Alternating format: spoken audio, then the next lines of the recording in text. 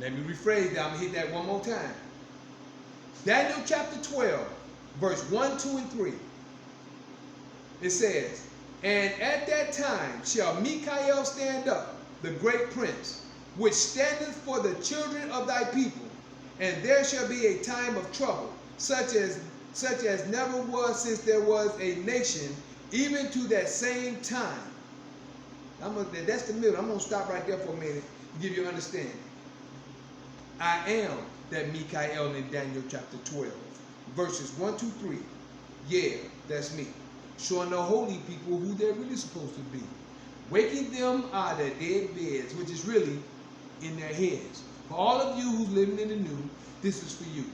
I'm that same Michael in Revelation 12, battling that red dragon where Satan dwells, who deceiveth the whole world but prevaileth not, cause the horn is blown without a doubt. This was prophesied for you to see that Michael is really me.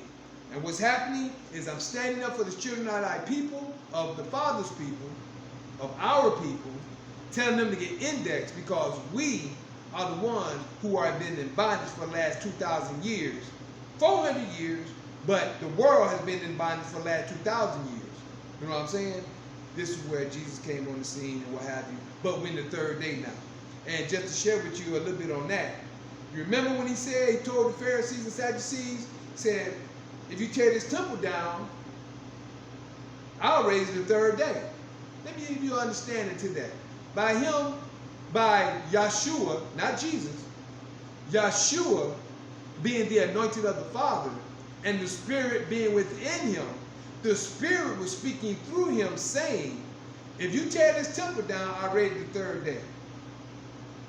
The Pharisees and Sadducees were thinking physically. I can't touch nothing at this moment. They were thinking physically, meaning the great temple that was made in that time. I think it wasn't the one Solomon made because that one was torn down, but I think it might have been the third temple that was made at that time, maybe the second. But they thought he was talking about the temple at that time. That wasn't what he was talking about. Everyone beyond that started in the religious sector, they thought they were talking about him dying and rising the third day. That wasn't what he was talking about. As far as I'm concerned, that was a plot of the Roman government. Now I'm going to come back to that in a few minutes, but I guess since I'm in the middle, I'm going to stay right here real quick and give you an understanding for that. Don't forget, the Council of Nicaea, King Constantine, the Council of Nicaea, and the Crusaders. These were the authors of Christianity of today. And a lot of other religions. But these were the authors of Christianity today. Now, in 325 AD, long after 70 AD, 325 AD, they came up with Christianity in the way that it was. 400 bishops came together. They made the four gospels. They had many gospels. They had them up under the table. And it was said, I did the research. I'm telling you what I know. They said the next day, whichever gospel that's on top of the table, these are what we're going to go with to start off the New Testament. End up the next day, when they opened up the doors, however, if y'all remember seeing in the Apocrypha, it was a time when, I'm going to come back to that and give you an understanding the reason how I think this happened. It was in the Apocrypha, Daniel and the king, when the king saw that the priests and stuff would bring, the people would bring the food and they would close the door, next day they'd go into the sanctuary or whatever, and the deity that they had, the statue they had, the food was gone. And one thing Daniel did, he told the king, put some flour on the floor, all the way to the door. So him and the king left, they shut the door. Next day, what happened? See, they didn't have no lights in there. So what the priest would do, they had a little chamber. They would come up and they would go and get all the food and sneak up back down the chamber. The king actually thought the deity was waking up at night and eating the food. What happened was when the king and Daniel went in, they ended up seeing the footprints coming from the chamber, and they found out that they were lying and they were stealing. No different to when I think what happened with those paperwork that the Council of Nicaea, that they did. Somebody went in and got the 4 Gospels, put them up on the table. That's how you came up with Matthew, Mark, Luke, and John. Luke was not even a part of the discipleship. Matter of fact, he came along around the time of Saul and Paul, or Paul, the one they called Paul. His name was Saul at first.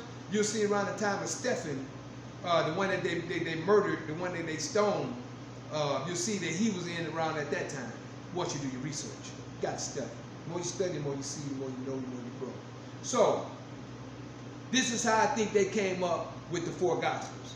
So I'm going to share with you, Jesus, and they can say Jesus did all these different things because Jesus is a straw man to Yeshua. If they said Jesus did this, that don't mean that it happened because Yeshua made it. They took the story of Yeshua and made a fictitious story and put Jesus there. So a story saying that Jesus did all this is the greatest story that you ever told, that was ever told. Because what happened was, what actually happened at that time, before I go on to the 3rd point, or the 3rd day, what actually happened was Yeshua was murdered. He was murdered by the Sadducees and Pharisees because he was taking their money. He was actually waking the people up. No different than what we're doing right now. He was waking the people up. So, yes, there was a Yeshua that came. And yes, things did happen. Some of the things in the stories happened. But some of the things, the Father said don't take from the law. He said don't change. He said don't change. Or shall I say don't go to the right hand or the left hand of his law. So, he knew, and he said in Deuteronomy chapter 30, he said that thou will, he said that y'all will fall from the law and y'all will be taken to a strange land. But what did he say? All you got to do is turn back to me. Turn back to the law. He never said worship a man. The Father seen that because in the first day he saw everything. He didn't start creating until the 2nd day. He separated light from darkness the 1st day. So a lot of people don't realize it. A lot of people don't see it. I'm trying to give you some understanding.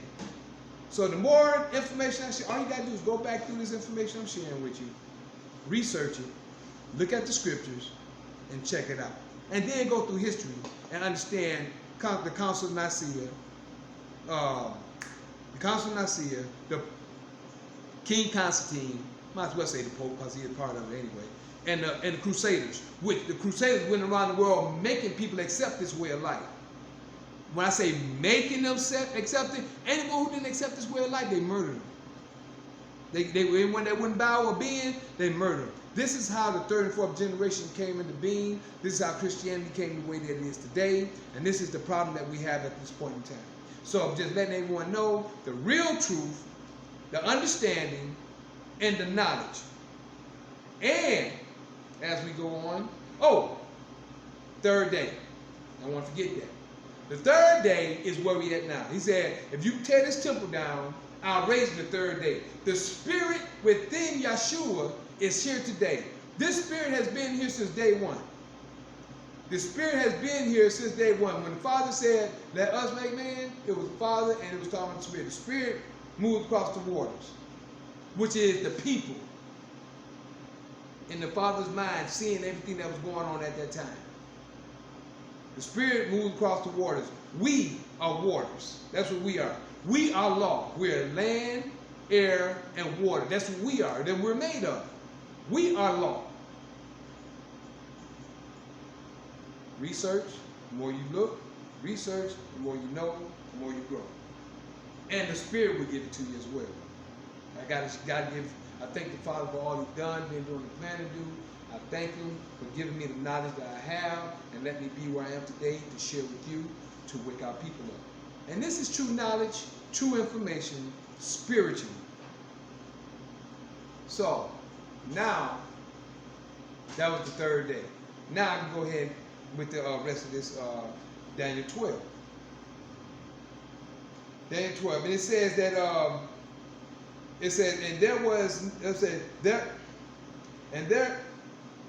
children of thy people, there shall be a time of trouble, such as never was since there was a nation, even to that same time. Think about the child abduction. Think about all the stuff that's going on, how they're killing our people in the streets. Think about all the stuff that's happening in this day and time. This is talking about today. All the stuff that's been going on, this is talking about today.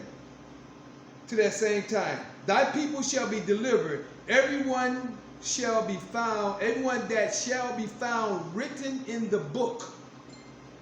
Everyone that should be found written in the book. Dr. Henderson has a book of life. And I believe he has a couple more books. But that's on you to believe it or not. Verse 2. And many of them that sleep in the dust of the earth. Right there. Many of them that sleep in the dust in their minds, in the dust of the earth, shall awake, some to everlasting life, some to shame and everlasting contempt. For the things you've done, maybe you'll be forgiven, maybe you won't. But time to change is now, if it's not too late. Verse 3. And they that be wise shall shine as the brightness of the firmament. And they that turn many to righteousness as the stars forever. And so this ain't gonna just stop. This gonna keep going on. People gonna be getting, because don't forget we have babies every day. We got people who are waking up every day. We in the third day. Third day is 1,000 years. One day to the Creator is 1,000 years. So we got a long time. A lot of people going to wake up to the truth. Many going to turn to shame and everlasting contempt. Because number one, they don't believe the facts. They're stuck in idolatry. They're stuck in religion. That's the problem. But it's on you. Got to ask Father for forgiveness, turn to the law, and live. Number 4. But thou, O Daniel, now this was going on at that time. But thou, O Daniel, shut up the words and seal the book, even to the time of the end, where we at today. Told Daniel, shut up the words and the book at that time. Then it says, words and seal the book, even to the time of the end. Many shall run to and fro. To and fro. To and fro. They be running to and fro because they looking, searching knowledge. People will be waking up, running to and fro, searching knowledge to see maybe if some things I'm saying is true or not, but it's on you. And but thou, O Daniel, shut up the words and seal the book, even to the time of the end. Many shall run to and fro, and knowledge shall be increased. Knowledge shall be increased. Knowledge shall be increased. It's happening. This is where we are today. So I just wanted to share that with you. And to break it all down, I might as well go do this one too. Daniel chapter 2. I'm just going to give you these two right here. Daniel chapter 2, verse 44 and 45. And then I'm going to end this